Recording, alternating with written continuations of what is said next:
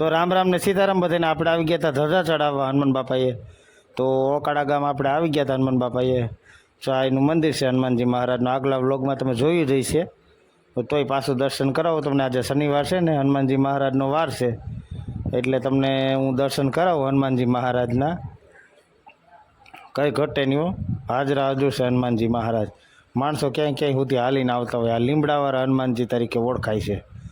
લીમડાવાળા ને ગામ અકાળા ને આ એની જ્યોત છે હનુમાનજી મહારાજની. આ એની જ્યોત બળતી હોય. અહીંયા અગરબત્તી રાખવાની. એટલે હનુમાનજી મહારાજના દર્શન કરીને હું ધન્ય અનુભવ્યો. હાલો તમને નજીકથી દર્શન કરાવો. હાવ જો આ હનુમાનજી મહારાજના નજીકથી દર્શન.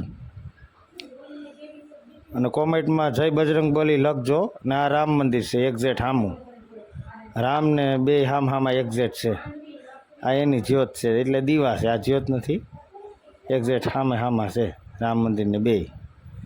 ને આ જો આ દીકરા દીધેલા છે બધાના, એના ફોટા છે. હનુમાનજી મહારાજ દીકરા પણ દે છે. માનતા કોઈ કરે દીકરાની, જેવી જેની શ્રદ્ધા.